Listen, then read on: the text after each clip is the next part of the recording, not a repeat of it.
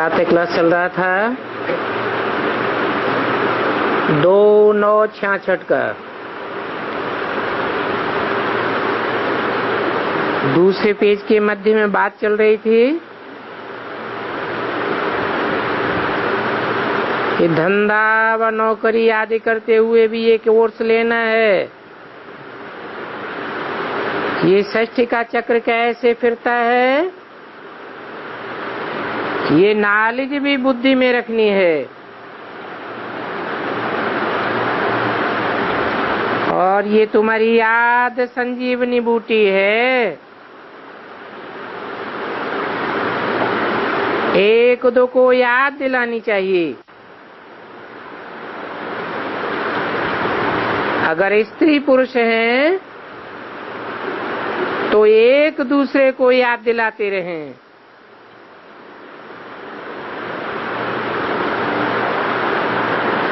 शिव बाबा ब्रह्मा द्वारा ये पढ़ा रहे हैं।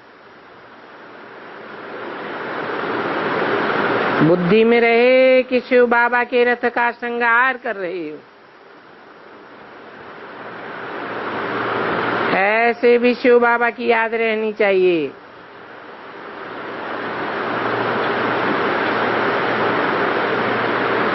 नहीं तो सारा दिन याद रहना मुश्किल हो जाता है। वो अवस्था अंत में बनेगी।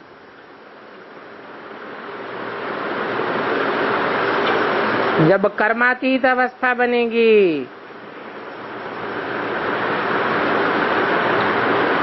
तब रुस्तम से माया रुस्तम होकर के लड़ेगी। गाया भी हुआ है, एक दो को सावधान कर उन्नति के उपाय। ऑफिस में नौकर को भी कह देते हैं कि हमको याद करना है तो बात को याद दिलाना है। तुम भी एक दो को याद कराओ। ये मंजिल बड़ी ऊंची है। इस मंजिल को कोई भी मनुष्य मात्र नहीं जानते हैं। सब मनुष्य भक्ति के गोरख धंधे में फंसे हुए हैं और भक्ति में बड़ा हंगामा है। ये सारा हंगामा एक दिन छूट जाएगा। यहाँ जो भी मनुष्य कर्म करते हैं वो विकर्म हो जाता है, क्योंकि सारी दुनिया में रावण राज्य है। बच्चों को सीढ़ी पर भी अच्छी रीति समझाया है। चाढ़ी बड़ी लंबी है। नीचे उतरते उतरते आए तमो प्रधान बन गए। अब फिर नीचे से एकदम ऊपर चढ़कर सतो प्रधान बनना है। ये अक्षर एक्यूरेट है। बाप कहते हैं मुझे याद करने से तुम पावन बन जावेंगे। और यह बाप कोई नई बात नहीं सुनाते हैं। तुमने लाखों करोड़ों बारी यह ज्ञान सुना है, फिर भी सुनते रहेंगे। ऐसे कोई सत्संग में कहने वाला नहीं होगा कि हमने ये ज्ञान कल पहले भी सुना है और अब भी सुन रहे हैं, फिर भी सुनेंगे। कल्प कल्प सुनते आए हैं, ऐसे कोई कह नहीं सकेगा।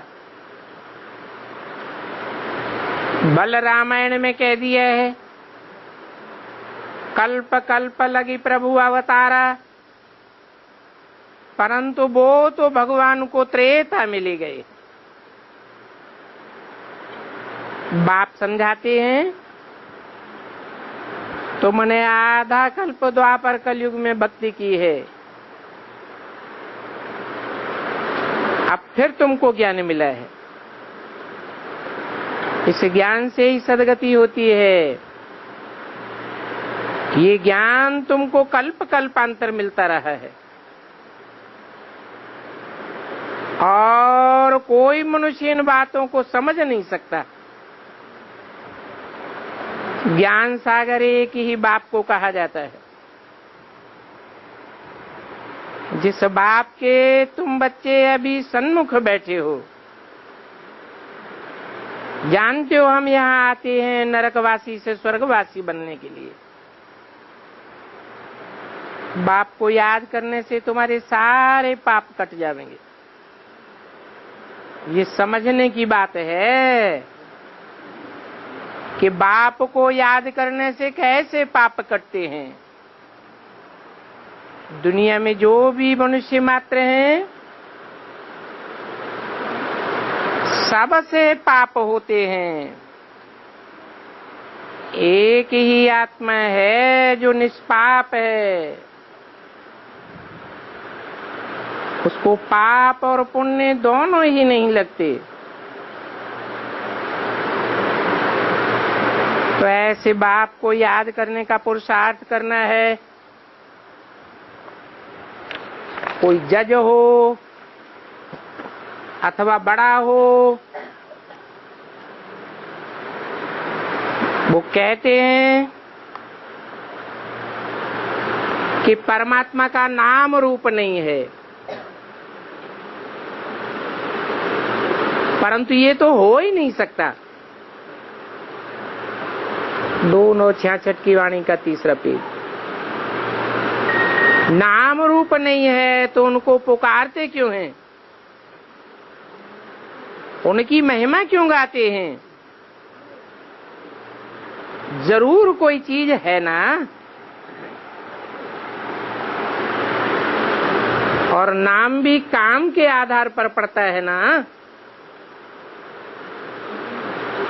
तमो प्रधान बुद्धि होने के कारण कुछ भी नहीं समझ सकते। अभी तुम बच्चे जानते हो, हम आत्मा पहले सतो प्रधान थे, फिर तमो प्रधान बनी है, पुनर्जन्म लेते लेते नीचे चले आए हैं।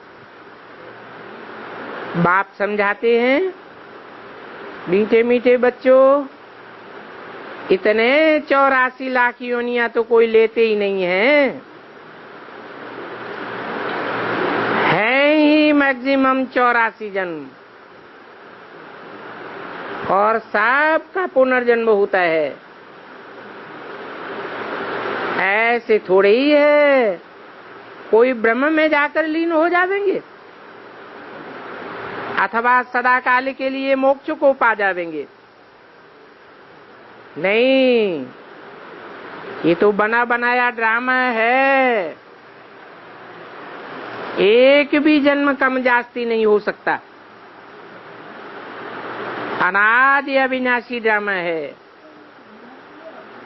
इस बड़े नाटक से फिर छोटे छोटे नाटक बनते हैं, परंतु वो नाटक सब विनाशी हैं। अभी तुम बच्चे बेहद में खड़े हो और तुम बच्चों को नॉलेज भी मिली है कि हमने कैसे 84 जन्म लिए हैं। अभी बाप ने बताया है, आगे तो किसी को पता नहीं था। ऋषि मुनि भी कहते थे हम नहीं जानते हैं। बाप तो आते ही हैं संगम युग पर इस पुरानी दुनिया को चेंज करने के लिए। ब्रह्मा द्वारा नई दुनिया की स्थापना करते हैं। उन्होंने तो लाखों वर्ष कह दिया है। लाखों वर्ष की बात हो तो कोई बात याद भी नहीं आ सकती,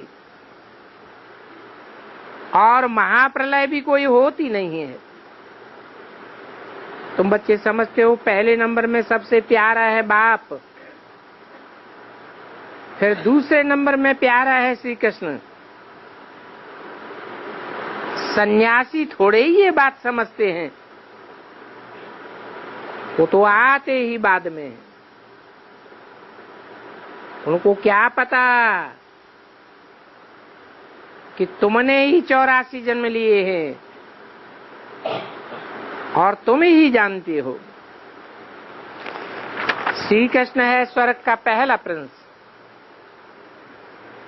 नंबर 1 है, वो ही फिर 84 जन्म लेते हैं।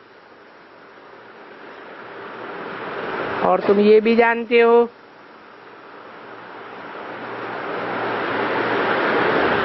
कि इन लक्ष्मी नारायण जो नर से नारायण बनते हैं और इन श्री कृष्ण के ही अंतिम जन्म में मैं प्रवेश करता हूं।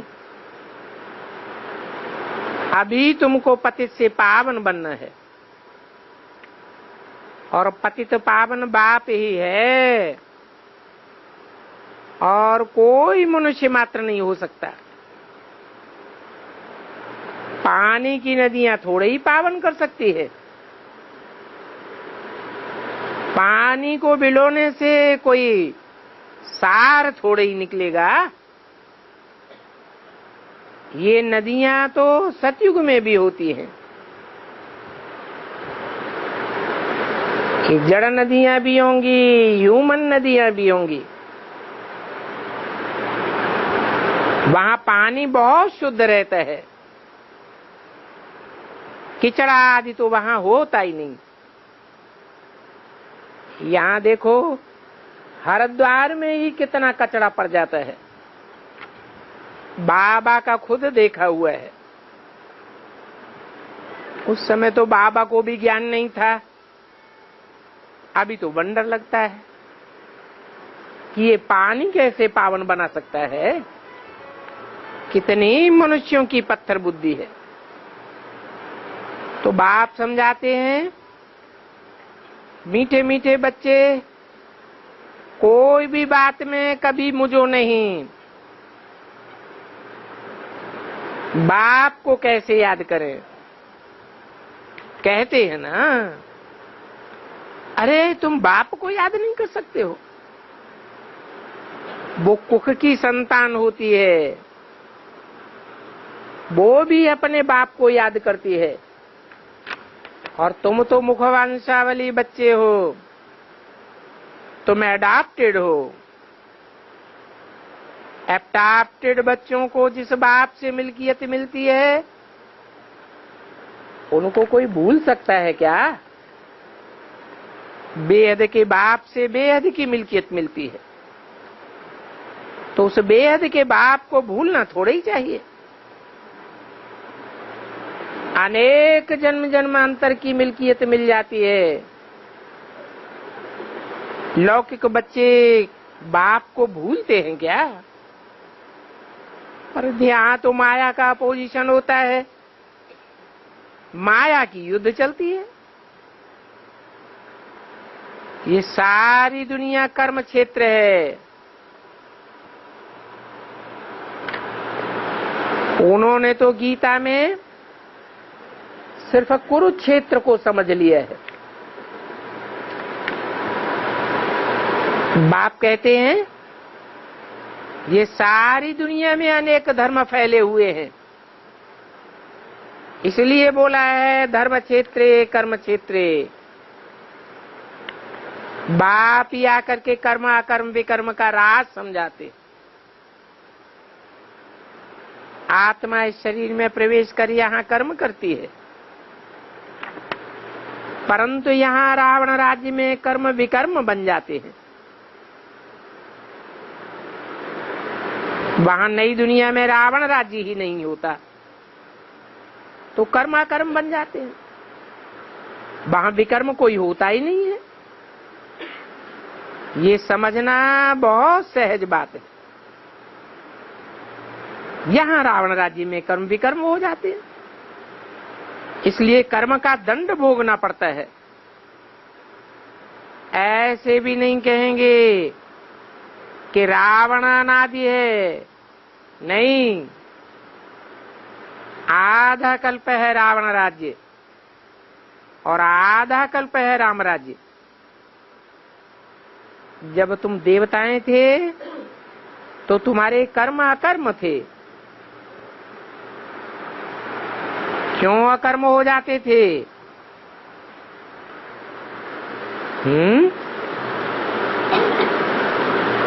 क्योंकि वहां देवताएं अपन को आत्मा समझते थे।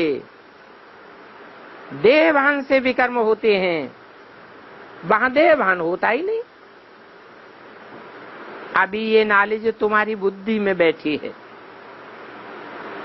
बच्चे बने हो तो फिर पढ़ाई पढ़नी है बस, फिर और कोई धंधे आज का ख्याल भी नहीं आना चाहिए।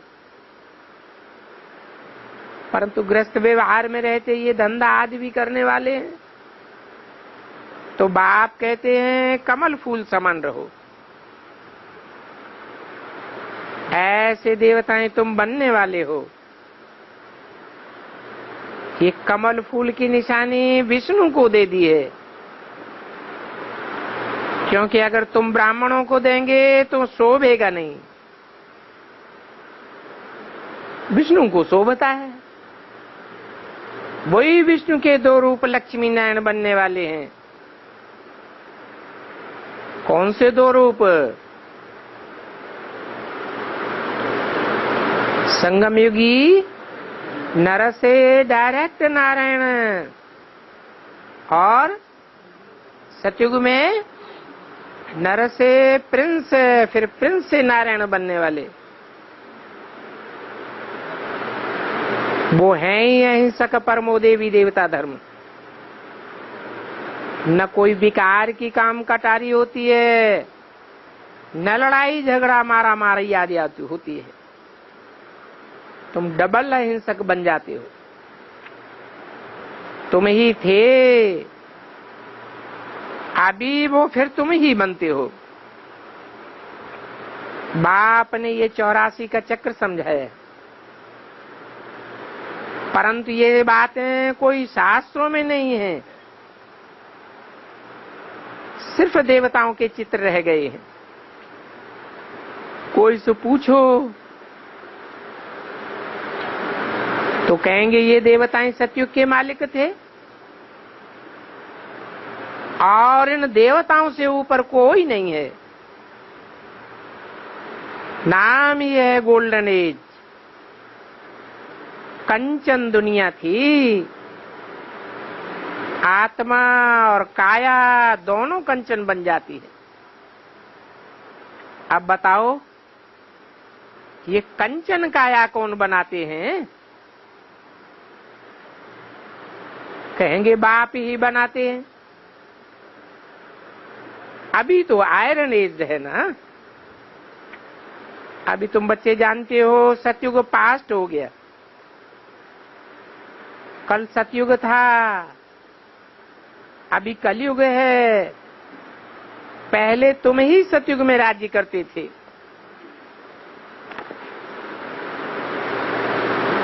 तो तुम झट कहेंगे कि सतयुग में हमारा राज्य था। 2/9/66 की वाणी का 4था पेज। अभी तुम नॉलेजफुल बनते हो, लेकिन सभी तो एक जैसे नॉलेजफुल नहीं बनेंगे। अगर कोई कहे बाबा हमारे ऊपर कृपा कर दो, रहम करो,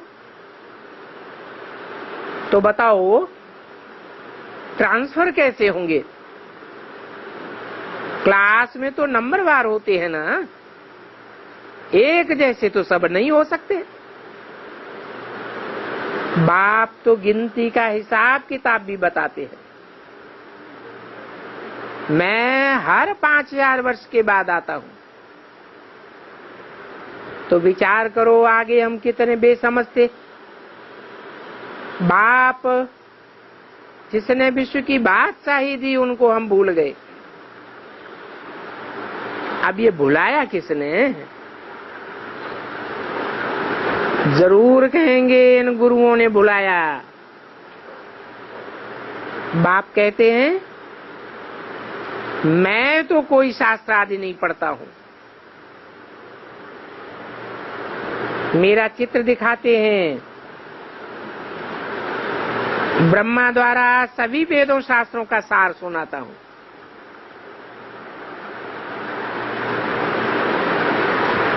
तो वेद शास्त्र ब्रह्मा के हाथ में है। एडाप्टेड बच्चों को बाप बैठ नॉलेज पढ़ाते हैं, इसलिए नॉलेज तुम सिर्फ ब्राह्मण ही जानते हो। न शूद्रों को इस नॉलेज का ज्ञान है, न देवताओं को इस नॉलेज का ज्ञान है। ब्राह्मणों को पढ़ाने वाला शिव बाबा, और देखो विष्णु के विराट रूप से ब्राह्मणों को ही गुम कर दिया। क्यों गुम कर दिया है?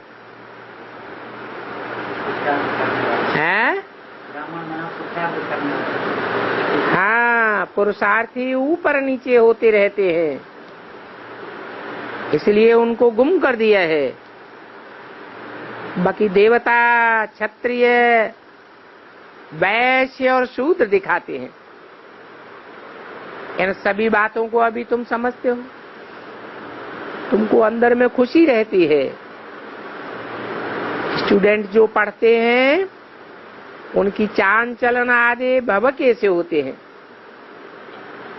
वो होता है देह का नशा, तुम्हारा है देही अभिमानी बनने का नशा, और ये तुम्हारा शुद्ध नशा है कि बाप हमको पढ़ाते हैं। बेचारे मनुष्य तो जानते ही नहीं, इसलिए अनेक प्रकार के विघ्न पड़ते रहते हैं। अबलाओं पर कितने अत्याचार होते हैं, शादी, बर्बादी, कलयुगी लोकलाज, कुल की मर्यादा, सब बातें विघ्न डालती हैं। तो बाप कहते हैं मीठे मीठे सिकिल दे बच्चों। किसी का बच्चा गुम हो जाता है, फिर बाद में 6-8 मास बाद मिलता है, तो बड़े सिक और प्रेम से मिलते हैं। यहाँ तो है 5000 वर्ष की बात। बाप कहते हैं मेरे कितने बच्चे हैं और कितने वर्षों से गुम हो गए हैं, बताओ।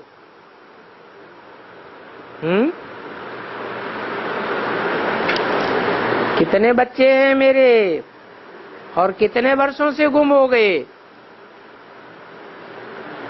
अरे 4.5 लाख बच्चे हैं और कितने वर्षों से गुम हो गए? 5000 वर्षों से गुम हुए।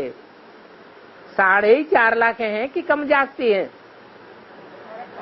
4.5 लाख। उनमें प्रवेश करने वाले 4.5 लाख नहीं, 9 लाख हुए ना। तो बताओ तुम आगे बाप से कब मिले थे?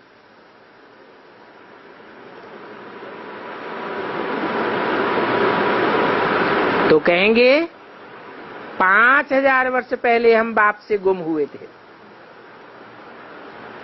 अभी फिर तुमको पढ़ा रहा हूं। भारतवासियों को ये भी पता नहीं है कि अभी रावण राज्य है। तुम समझते हो कि हम बरोबर पराए रावण राज्य में थे। वो राज्य हमने श्रीमत पर स्थापन किया है, जिसे तुम राम राज्य कहते हो। अभी वो राम राज्य हम फिर से स्थापन कर रहे हैं। जानते हो हमारा राज्य जब होगा तो बाकी ये सब राजाएं, सब राज्य, सब धर्म गुम हो जाएंगे। जैसे बड़ का झाड़ होता है ना, उनकी शाखाएं बड़ी लंबी होती हैं। मोटर में बैठ करके सारा चक्कर लगाते हैं। ये मनुष्य सच रूपी झाड़ भी कितना बड़ा हो गया है। सतयुग में बहुत छोटा था, जरूर देवी देवताओं का ही झाड़ था। अभी तो देखो दुनिया में कितने धर्म हैं, गाते भी हैं फकीराने साहब लगता प्यारा, क्योंकि अभी तुम फकीर हो ना, सिवाय एक बाप के और कोई प्यारा नहीं लगता। इस बात पर दृष्टांत भी देते हैं। माई ने कहा ये लाठी छोड़ो, नहीं तो तुमको इसकी भी याद आती रहेगी।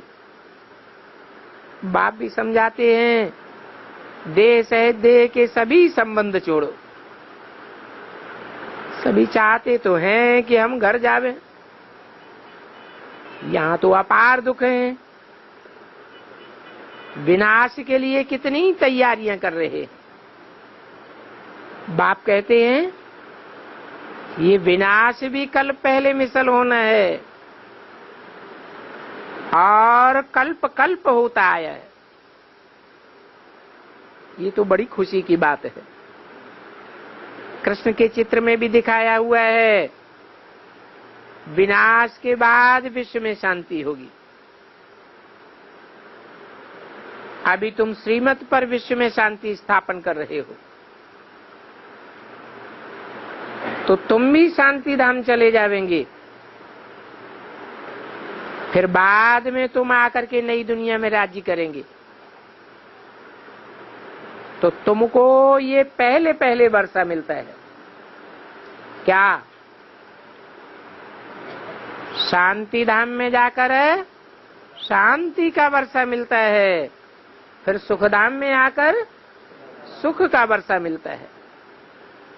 अभी बाप आकर तुमको नॉलेज देते हैं, इसमें आशीर्वाद आदि की बात नहीं है।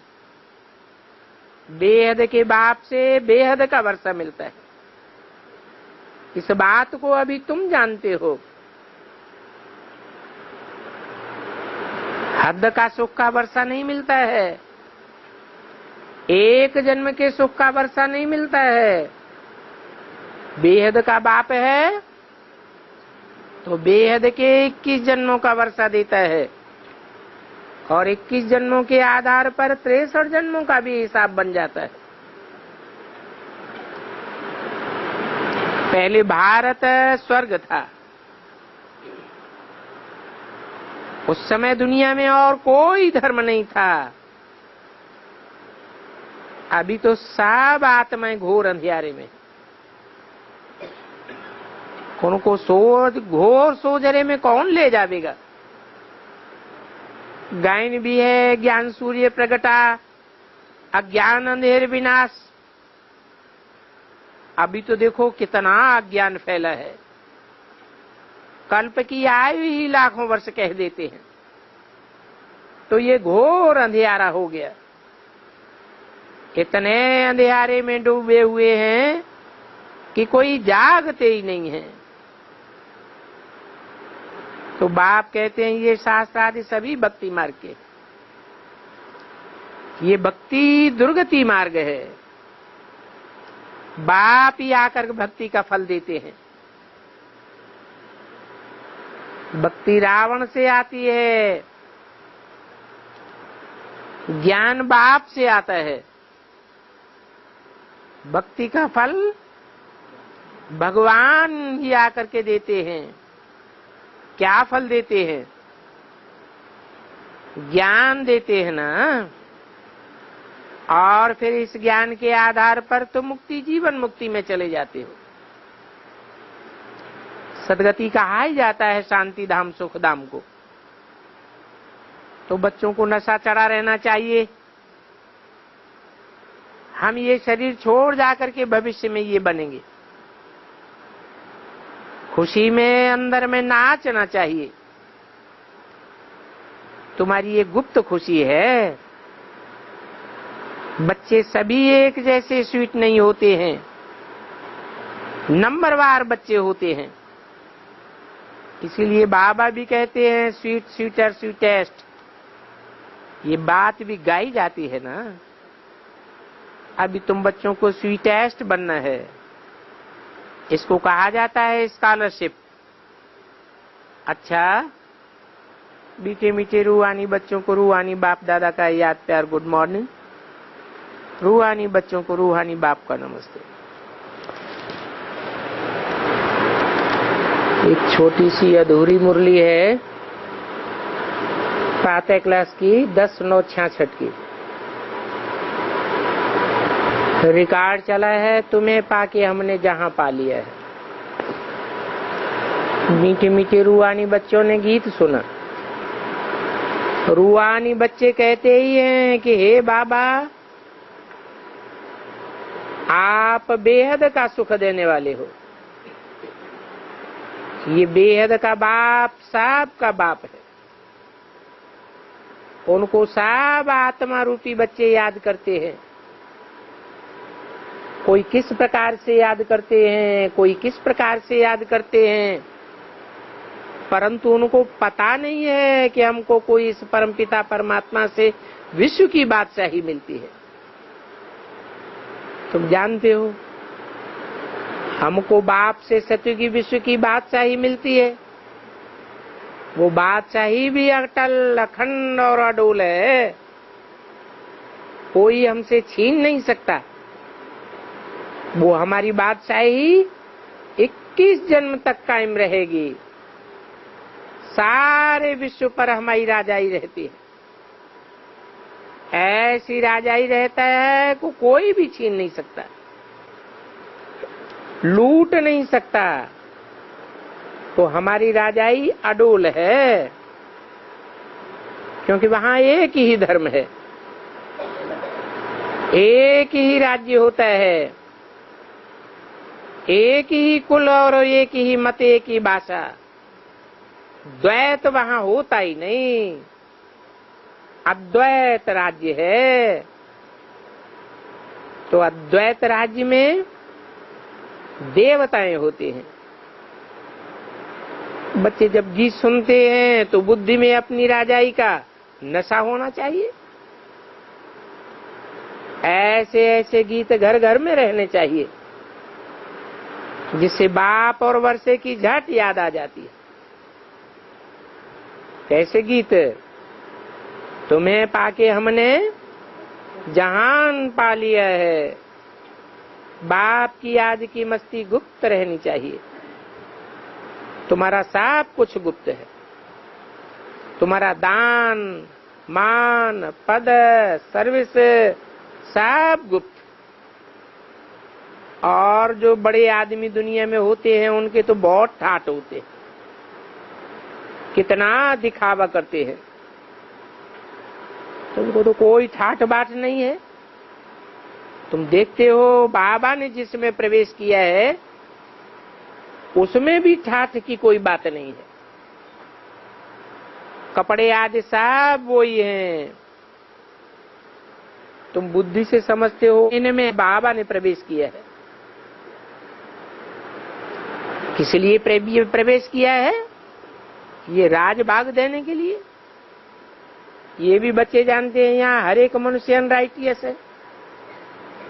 जो अनराइटियस मनुष्य होते हैं वो छी छी काम ही करते रहते हैं। जो भी इस समय मनुष्य विद्वान, पंडित, साधु आदि हैं, राजाएं हैं या प्रेसिडेंट हैं, सब अनराइटियस काम करते हैं। इसलिए उनको बेसमझ कहा जाता है। उनकी बुद्धि को बिल्कुल ही ताला लगा हुआ है। पहले तुम कितने समझदार थे, तुम विश्व के मालिक थे। अब माया ने इतना बेसमझ बना दिया है जो कोई भी काम के नहीं रहे।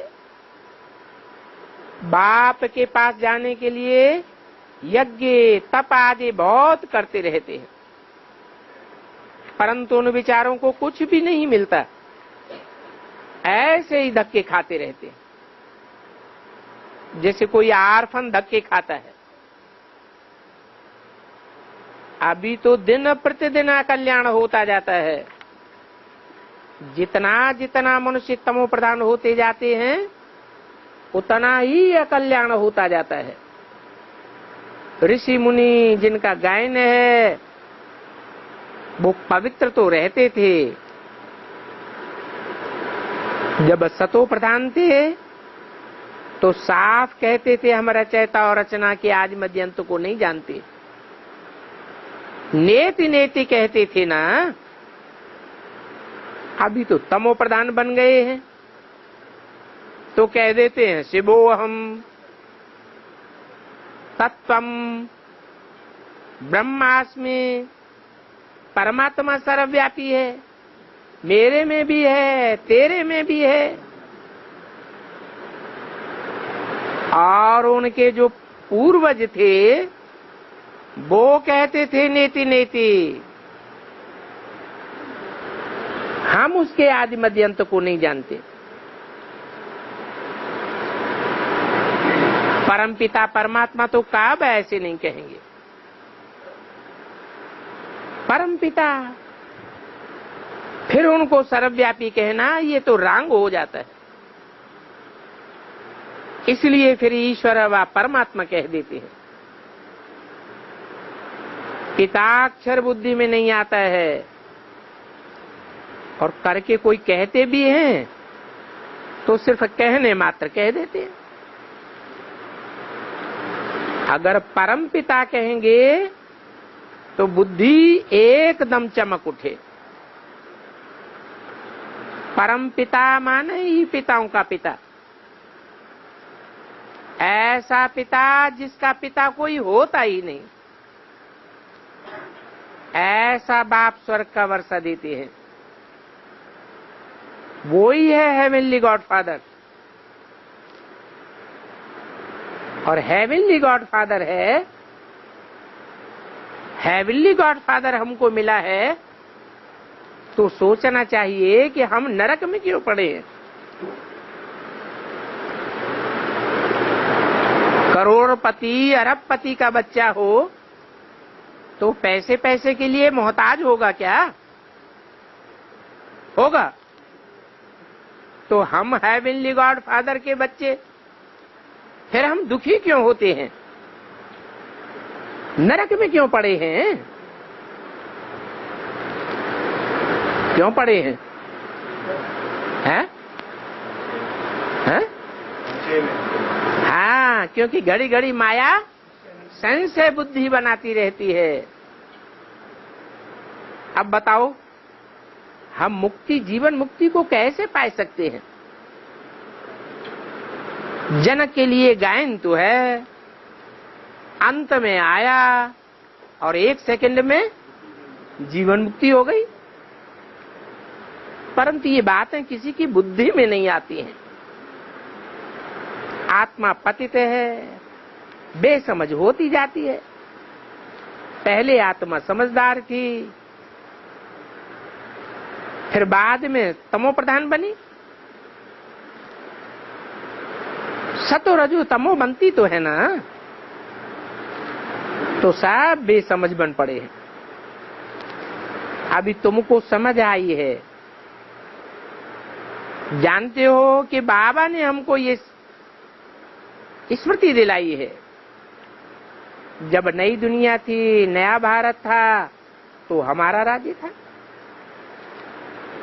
एक ही मत थी, एक ही भाषा थी और सारी दुनिया में एक ही महाराजा महारानी थे। सतयुग में महाराजा महारानी, त्रेता में राजा रानी होते हैं, फिर द्वापर में वाम मार्ग शुरू होता है। वाम मार्ग माने उल्टा मार्ग।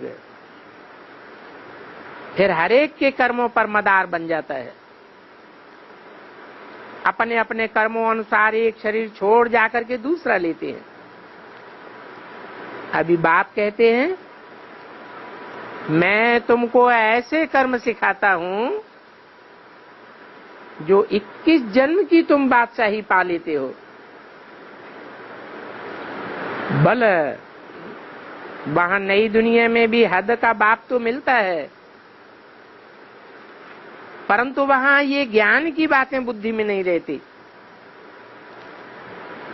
कि ये राजाई का वर्षा देने वाला बाप है। फिर बाद में द्वापर से रावण राज्य शुरू होता है।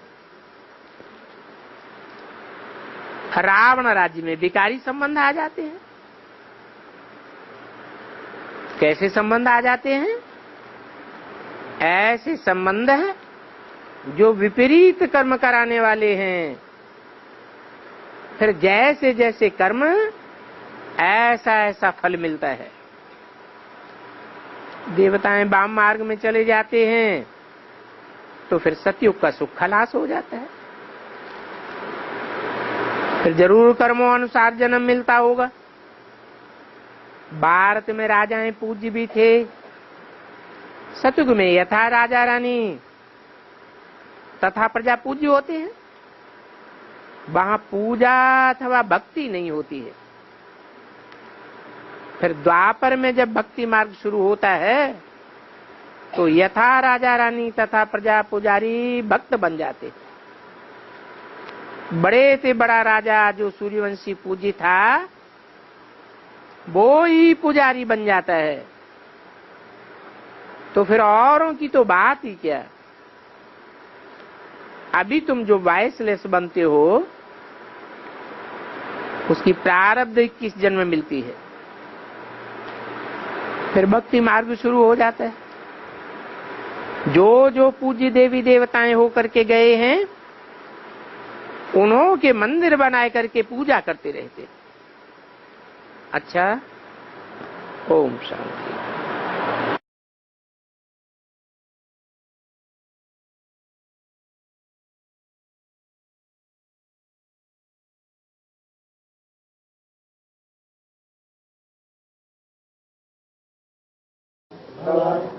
अष्टदेव निश्चय अनिश्चय में नहीं आएंगे। है अष्टदेव निश्चय अनिश्चय में आएंगे कि नहीं आएंगे? वो नंबर नहीं बनते हैं उनके। अष्टदेवों के नंबर बनते हैं या नहीं बनते हैं? बोलते क्यों नहीं? तो नंबर कैसे बनेंगे? अगर अनिश्चय में ना आए तो अव्वल नंबर ही रहे। अल्लाह अव्वल दीन, जिसके द्वारा अव्वल नंबर के सनातन धर्म की स्थापना होती है, वो तो एक ही मूर्ति है। उसको नंबरवार की लिस्ट में नहीं आना होता है। बाकी सब नंबर में आते हैं। और बाबा, जब लक्ष्मी वाली आत्मा आएगी तो उसकी भी भक्ति होगी नहीं? भक्ति भक्ति क्यों नहीं होगी? क्यों नहीं करनी पड़ेगी?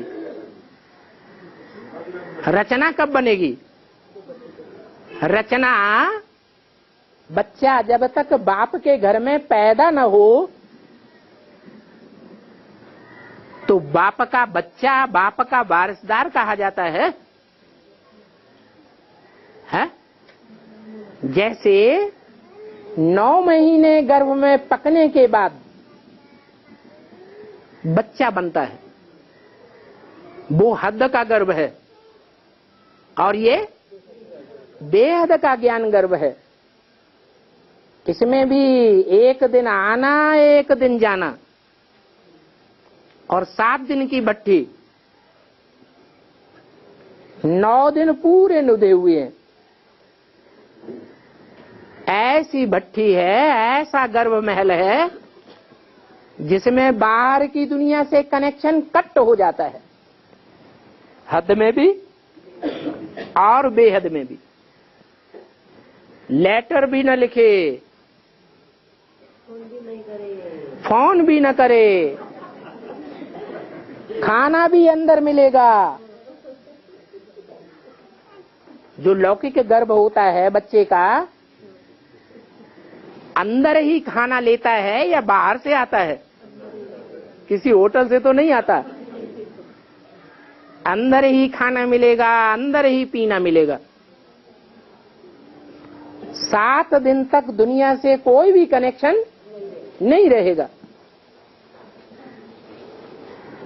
फिर जब बच्चा पैदा होता है तो निश्चय बुद्धि बन के पैदा होती है। बाबा ये भक्ति करने की प्रक्रिया कब तक रहेगी, कब तक स्टार्ट होगी? जब तक 9 लाख आत्माओं की समझ में ना आ जाए। है 4.5 लाख तो शरीरधारी हैं। उन 4.5 लाख में 4.5 लाख प्रवेश करके कार्य करते हैं, ज्ञान को समझते हैं। इसलिए रुद्राक्ष के मणके गाए हुए हैं, रुद्रमाला के। जो रुद्राक्ष के मणके होते हैं उनमें मुख बने हुए होते हैं, अनेक मुख बने हुए होते हैं। कोई रुद्राक्ष में कम मुख है, कोई में ज्यादा मुख। किस बात की यादगार है वो अनेक मुख? किस बात की यादगार है? अनेक आत्माओं ने, अनेक संस्कार वाली आत्माओं ने, अनेक धर्म की आत्माओं ने उनमें प्रवेश किया है।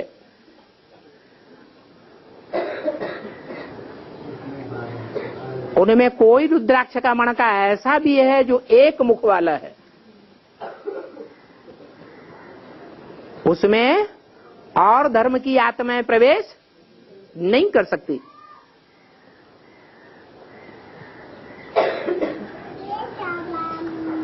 तो 4.5 लाख की बात नहीं है। कितनी आत्माएं भट्टी करेंगी? 9 लाख आत्माएं भट्टी करेंगी, प्रवेश करके भट्टी करेंगी। बाबा कहेंगे बाबा 2026 तक पढ़ाई जारी होगी, तो पढ़ाई कैसी जारी होगी? माला राजाओं की बनती है, रानियों की बनती है, या प्रजावर्ग की बनती है? हैं? तो राजा रानी पहले पतित से पावन बनेंगे या प्रजावर्ग बनेगा, या दोनों साथ साथ होंगे? पहले राजाएं तैयार होने चाहिए। इसलिए मुरली में बोल दिया है, तमो प्रधान से सतो प्रधान बनने में 40 से 50 वर्ष लगते हैं। ये नहीं कहा 60 वर्ष लगते हैं। क्यों नहीं कहा है? हाँ, जो राज परिवार में आने वाली 16,108 आत्माएं हैं वो पहले तैयार होती हैं। उनके लिए ये 10 वर्ष हैं। 40 से 50 माने 10 वर्ष। बाद के जो 10 वर्ष हैं वो प्रजावर्ग के लिए हैं। 9 लाख प्रजा तैयार होगी जो सतयुग के पहले जन्म में प्रत्यक्ष हो जाएंगे। और बाबा, जो आत्माएं मधुबन से निमित्त टीचर के द्वारा स्वीकृति पत्र लेकर भर्ती करने जाती हैं और वहां जब फरुखाबाद में टीचर बहनों के द्वारा इंटरव्यू होता है उसमें फेल हो जाती हैं, तो ऐसे में ले जाने वाले के ऊपर बोझा चढ़ता है या जो स्वीकृति पत्र देता है उसके ऊपर? दोनों बातें हो सकती हैं। अगर ले जाने वाला पंडा है और वो निमित्त टीचर है जिसने परमिशन लेटर दिया है उससे झूठ बोल देता है तो किसके ऊपर बोझा चढ़ेगा? और ले जाने वाले पंडे से जाने वाली आत्माएं झूठ बोल देती हैं तो किसके ऊपर बोझा चढ़ेगा? जाने वाली आत्मा के ऊपर बोझा चढ़ेगा। तो दोनों ही बातें हो सकती हैं। और बाबा ने मुझे बताया शिव के मंदिर में बैल को रखा है हाँ और वो शिवलिंग के नाली की तरफ मुंह करके बैठा है। हाँ तो वो बैल वाली आदमी के वो इस संगमी के कर्म की स्टेज की यादगार है। हाँ तो ऐसे सारा दिन नाली की तरफ मुंह करके बैठने वाला फिर सत्य में फर्स्ट प्रिंस का प्रारब्ध किस पुरुषार्थ के आधार पर पाती है? जब तक बुद्धि में नहीं बैठा है कि गीता का भगवान कौन है, तब तक उल्टे काम करेगा या सुलटे काम करेगा? उल्टी कर रहा है, कब तक ये उल्टा चलेगा बाबा? तब तक उल्टा करेगा।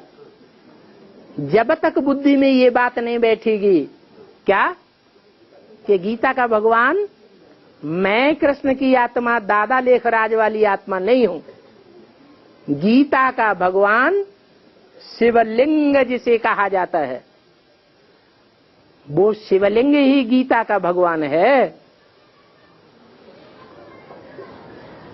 जिसके सन्मुख मुझे रहना चाहिए। और उस शिवलिंग को तो फिर नाली के भी कुंडे के बीच में रखा है। हाँ, लेकिन वो उसकी पूजा होती है सो भूल गए। ऐसी कुंडों के बीच में रह करके भी वो संगमी का स्वर्णिम संसार का ऐसी ही इंद्रियां तो पूजी जाती है। लेकिन बाबा कब तक ये तो है?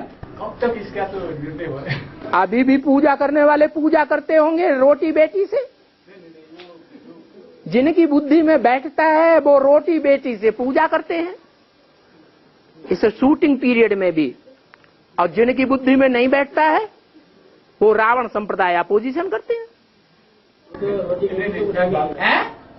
वो तो पूजा के लिए जो चढ़ाते हैं रोटी बेटी वो भी फेंक निकाल के ले जाते हैं। क्या कहा? जिनकी बुद्धि में नहीं बैठती है, जो रोटी बेटी पहले चढ़ाते हैं, हाँ, तो फिर उनकी बुद्धि में नहीं बैठती है कभी, वो चढ़ाए हुए भी निकाल कर ले जाते हैं। भगवान कहते हैं जो एक बार निश्चय बुद्धि हुआ, मेरे सन्मुख आकर जिसने एक बार भी सुना, वो स्वर्ग में क्यों नहीं आवेगा? भगवान तमो प्रधान स्टेज नहीं देखता है, बच्चों की अंतिम तमो प्रधान रूप देखता है या सतो प्रधान रूप देखता है? भगवान कौन सा रूप देखता है बच्चों का? कौन सा रूप देख करके प्यार का सागर बनता है? तमो प्रधान रूप देख करके प्यार का सागर बनता है या सतो प्रधान रूप देख करके प्यार का सागर बनता है? हैं? सतो प्रधान रूप देखते हैं। बाबा वो शिवलिंग को नाली के कुंडे के बीच में क्यों बिठाया? बाप है तुम्हारा, तुम अपने बाप से कभी पूछा कि तुमने हमें कैसे पैदा किया? पूछा? अरे हाँ ना तो करो, गाल चलाने में तो बड़े होशियार हो। नहीं बाबा वो कृष्ण वाली हाँ, तो उसके मन में बैठेगा कब टाइम, कभी कोई समय तो होना चाहिए। जब शंकर जी महाराज हाई जंप लगाने लायक हो जाएंगे। और बाबा हाँ, जो माउंट आबू में जाने की बात है, जो 2018 की बात है, जो माउंट आबू में जाने की बात कर रहे हैं, हाँ, 2000 हाँ हाँ, तो बेहद में या हद में जाना है स्कूल से? बेहद में और हद में कैसे होता है? बेहद मानो बुद्धि से। बेहद माने बुद्धि से। बुद्धि से तुम नहीं जाते हो माउंट आबू में, तो फिर बेहद में तो सभी जाते हैं। बेहद में सभी जाते हैं, लेकिन हद में कब से शुरू होती है माउंट आबू जाने के बाद? माउंट आबू एक ऐसी जगह है जहां दुनिया का बड़े से बड़ा तीर्थ स्थापन होना है। सब तीर्थ भूल जावेंगे और माउंट आबू का तीर्थ सारी दुनिया की बुद्धि में बैठ जाएगा। बड़े से बड़ा तीर्थ है दुनिया के लिए। लेकिन हम से कब जाना है अब? जब निश्चय बुद्धि बनेंगे तब ही जावेंगे। ये देह के संबंध है, ऐसे ही टूट जावेंगे। कोई अभी तो कोई लगाव झुकाव तो नहीं है हमको। हमको लगाव झुकाव नहीं है। अच्छा, लगाव झुकाव नहीं है। अच्छा, फुल सरेंडर हो गए। कुमारों के लिए, अधर कुमारों के लिए बोला है तुम अपन को फुल सरेंडर समझो। फुल सरेंडर माने जहां बिठाए, जो खिलाए, जो पिलाए, जहां ले जाए, ये सारी शिफ्टों का पालन करने वाला बन गया। बन रहे हैं, वो तो सभी बन रहे हैं। और कृष्ण वाली आत्मा जो कृष्ण बनने के प्रारंभ पाती है वो शिव शंकर भोलानाथ गीता का भगवान है, ये समझने के बाद तक पुरुषार्थ का प्रारंभ है या पहले जो गैलावस्था में थे उस समय के पुरुषार्थ का प्रारंभ है? अरे मनुष्य से देवता बनेंगे या जानवर से सीधे देवता बन जाएंगे? पहले मनुष्य बनना पड़े ना। जब मनुष्य बने फिर देवता बनेंगे। पहले बात बुद्धि में बैठे कि गीता का भगवान कृष्ण वाली आत्मा नहीं है, गीता का भगवान शिव शंकर भोलेनाथ है, निराकारी स्टेज वाला है, जिसका नाम शिव के साथ जोड़ा जाता है। और किसी मनुष्य का दुनिया में, किसी देवता का दुनिया में, किसी राक्षस का नाम दुनिया में ऐसा नहीं है जो शिव के साथ जोड़ा जाता हो। और बाबा 108 शिवलिंगे भी पूजा करते हैं मंदिर में हैं? किसी मंदिर में शिव के बड़े शिवलिंग के आसपास में छोटे छोटे शिवलिंग 108 रखते हैं। हाँ, उनकी भी पूजा करते हैं। हाँ हाँ, वो भी ऐसे स्टेज में पहुंचते हैं। क्यों नहीं पहुंचेंगे? शिवलिंग यादगार किस बात की है? निराकारी स्टेज की यादगार है या साकारी स्टेज की यादगार है या आकारी स्टेज की यादगार है? अरे बीज रूप स्टेज की यादगार है, बीज की यादगार है या जड़ों की यादगार है? बीज की यादगार है। लेकिन शिवलिंग सालिग्राम में तो बीज का ही है। अरे वो छोटे छोटे शालिग्राम ही तो हैं। और बाबा हाँ, बोला है मेरी प्यारे बच्चे को कभी नहीं हाथ छोड़ेंगे, मेरी प्यारी बच्चे को कभी नहीं हाथ छोड़ेंगे। मुरली में आया था ना, मुरली में सुना है, उसको अमर लोक में ले जाएंगे। ये कैसे है बाबा? ये कैसे? शिव बाबा का कोई ऐसा प्यारा बच्चा है जिसका शिव बाबा हाथ नहीं छोड़ता? कोई है या नहीं है? हैं? कौन है? जो बाप के प्रिय बच्चे होगा। कौन होगा? जो बाप की 5 विकार का अर्पण करेगा उसको प्रिय, बाबा को प्रिय होगा। कोई ऐसा बच्चा है जो शिव भगवान का श्रीमत रूपी हाथ नहीं छोड़ता है, तो भगवान भी उसका हाथ नहीं छोड़ता है, बुद्ध रूपी हाथ पकड़ के रखता है। और जो आत्माएं हैं नंबरवार, चाहे वो अष्टदेवों की लिस्ट में ही क्यों न हो, वो श्रीमत रूपी हाथ छोड़ती हैं या नहीं छोड़ती है? है? छोड़ती है। इसलिए बोला तुम सब सीताएं हो। सीता ने क्या गलती की? तुम सब ने क्या गलती की? श्रीमत रूपी लीका को तोड़ दिया। तो खुद ही तोड़ दिया तो भगवान क्या करेगा? और कोई भोली वाला माता होती है और ज्ञान में थोड़ा थोड़ा आती है, लेकिन वो ज्ञान ज्यादा पकड़ नहीं सकती, तो क्या बाबा उसको भी खींचेगी? वैसे है? बाबा उसको भी खींचेगी? कोई भोली वाला माता होती है। और कौन खींचता है? तो आ सकती है। सबको कौन खींचने वाला है? हाँ, उसी का तो नाम शास्त्रों में, गीता में कृष्ण रख दिया है। कृष्ण माने आकृष्ट करना, खींचने वाला। भगवान ही सबको खींचता है। हम तो 63 जन्म भगवान को खींचते रहे, क्या खींच पाया? 63 जन्म नहीं खींच पाए, भगवान ही हमको खींचता है।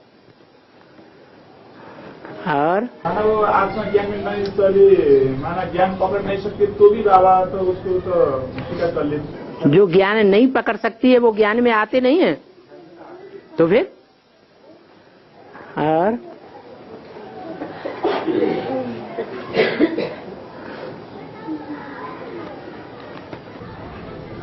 बाबा सूर्य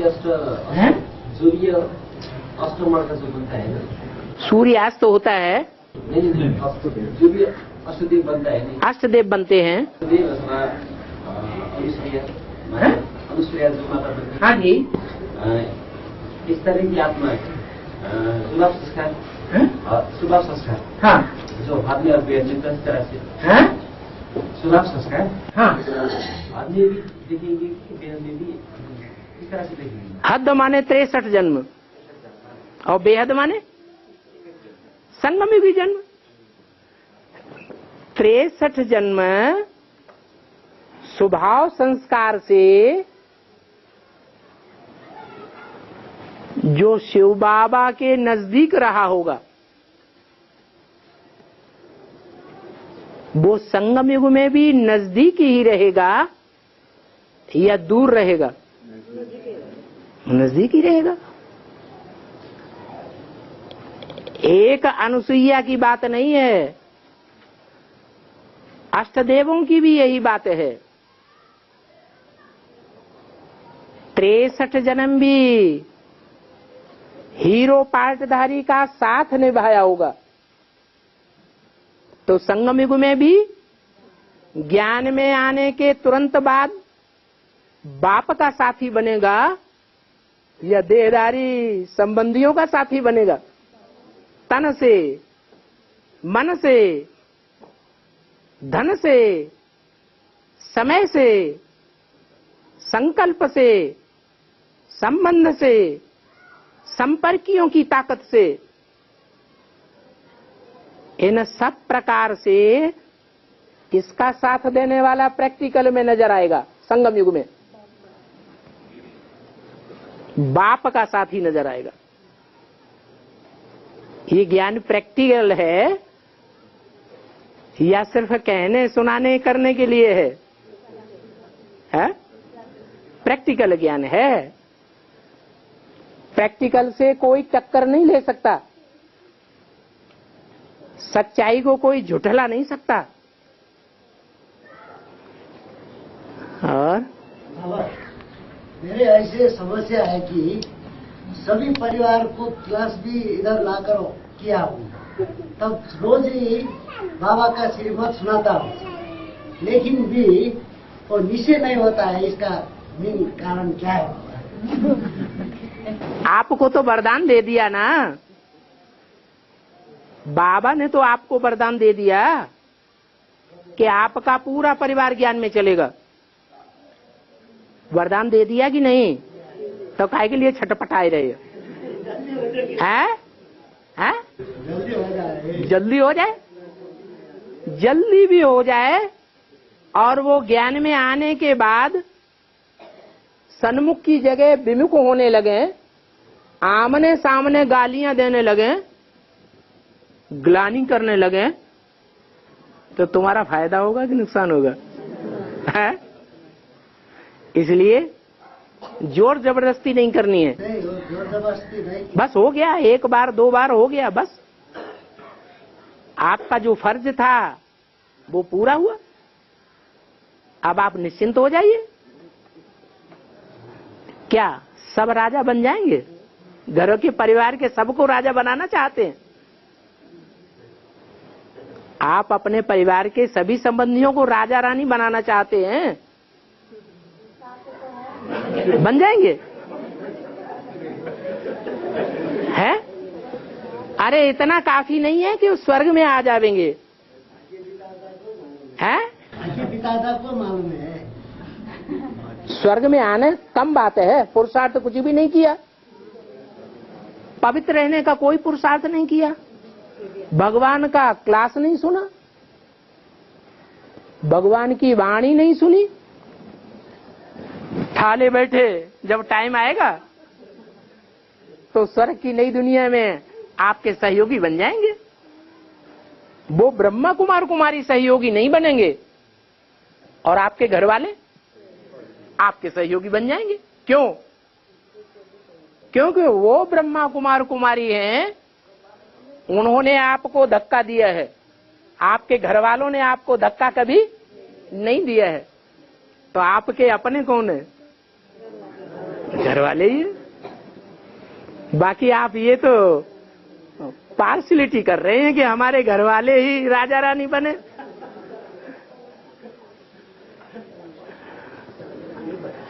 और बाबा ने बताया जो बच्चा एक बार बाबा से निश्चय बुद्धि होने के बाद और एक बार बाबा के सम्मुख आकर के बाबा की डायरेक्ट वाणी सुनने के बाद फिर कारण अनिश्चय बुद्धि होकर के बाबा को छोड़ती है, वो पढ़ाई भी छोड़ देती है, वो स्वर्ग में जरूर आएगी या नहीं आएगी? आएगी।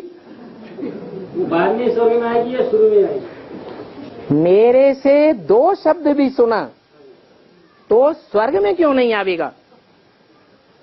बोला है कि नहीं? बस तो बहुत लंबे कार्य करता है, आता है या स्वर्ग की पीरियड तो लंबा है ना? स्वर्ग का पीरियड लंबा है तो वो शुरू से आते हैं या लास्ट में आते हैं? अरे भगवान का जो वर्षा है वो इसी जन्म में मिलता है स्वर्ग, या अगले जन्मों में मिलेगा? संगम में मिलेगा, स्वर्णिम संगम में। फिर जब यही वर्षा मिलेगा, जो अगले जन्मों में मिलेगा वो भगवान से मिलेगा क्या? देवताओं से मिलेगा। फिर हाँ जी, संगमी की स्वर्णिम संसार में भी बाबा शुरू से या लास्ट में कब? शुरू माने शुरुआत से स्थापन हो गया क्या? बाबा ने बोला इनके परिवार से वृद्धि होते होते 4 लाख 4.5 लाख 9 लाख तक हो जाती है। हाँ, जो पहली पारिवारिक इकाई होगी उसमें कितने होंगे सदस्य? थोड़े माने कितने? 8 ही होंगे बस।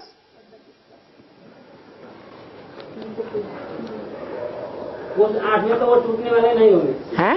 वो 8 जो 8 तक है हाँ, उसमें वो बाबा से फिर अनिश्चित बुद्धि होकर फिर टूटने वाले तो उसमें नहीं होंगे। 8 नंबर बार टूटते नहीं है। 8 को माया लोड़ा नहीं खिलाती। 8 के नंबर नहीं बनते तो कैसे बनेंगे? हैं? अरे कोई थोड़े कोई ज्यादा। ओम शांति।